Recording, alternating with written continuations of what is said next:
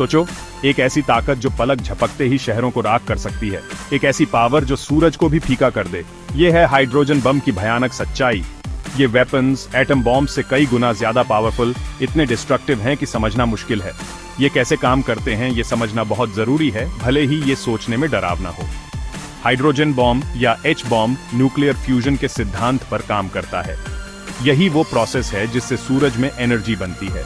सूरज के कोर में hydrogen atoms लगातार आपस में टकराते रहते हैं, जिससे हीलियम बनता है और बहुत ज्यादा एनर्जी निकलती है।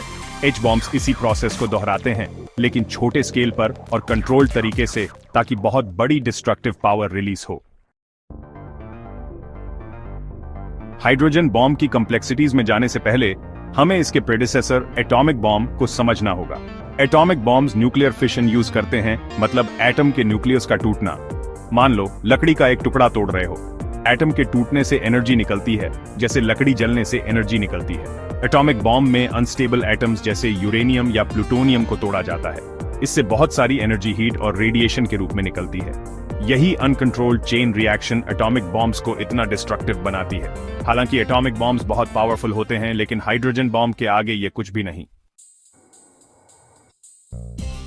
हाइड्रोजन बॉम्ब न्यूक्लियर फ्यूजन का यूज करके चीजें एक कदम आगे ले जाता है। एटम्स को तोड़ने की बजाय ये उन्हें कंबाइन करता है। खास तौर पर ये हाइड्रोजन के आइसोटोप्स ड्यूटेरियम और ट्रिटियम को बहुत ज्यादा प्रेशर और हीट में फ्यूज करता है। इस फ्यूजन प्रोसेस से फिशन से भी ज्यादा एनर्जी निकलती है, जिससे और भी ज्यादा पावरफुल एक्सप्लोजन्स होते हैं। ऐसे समझो, अगर फिशन लकड़ी तोड़ने जैसा है, तो फ्यूजन दो लकड़ियों को जोड़कर एक नया और ज्यादा एनर्जी वाला मटेरियल बनाने जैसा है। ये एक सिंपल एनालॉजी है, लेकिन इससे दोनों प्रोसेसेस के एनर्जी रिलीज में बेसिक डिफरेंस समझने में मदद मिलती है।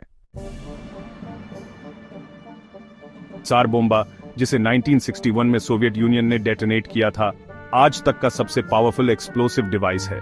ये एक हाइड्रोजन बॉम्ब था जिसका यील्ड 50 मेगाटन्स था, मतलब 50 मिलियन टन्स ऑफ TNT के बराबर। समझने के लिए, हिरोशिमा और नागासाकी पर गिराए गए बॉम्ब्स का यील्ड लगभग 15 और 20 किलोटन्स था। त्सार बोम्बा का मशरूम क्लाउड 40 मील से ज्यादा ऊपर तक गया और इसका शॉकवेव 3 बार पूरी दुनिया में घूमा। इस टेस्ट ने हाइड्रोजन बॉम्ब्स की डिस्ट्रक्टिव पोटेंशियल की याद दिलाई। इसने उस भयानक पावर को दिखाया जो हम ह्यूमंस के पास है। हाइड्रोजन बॉम्ब्स के डेवलपमेंट ने ह्यूमन हिस्ट्री में एक टर्निंग पॉइंट लाया। हमने एक ऐसी ताकत को अनलॉक कर लिया था जो दुनिया को तबाह कर सकती है। इसलिए हमें ऐसे पावरफुल वेपन्स के एथिकल इम्प्लीकेशंस पर ध्यान से सोचना और पीस और डिसआर्मामेंट के लिए काम करते रहना जरूरी है।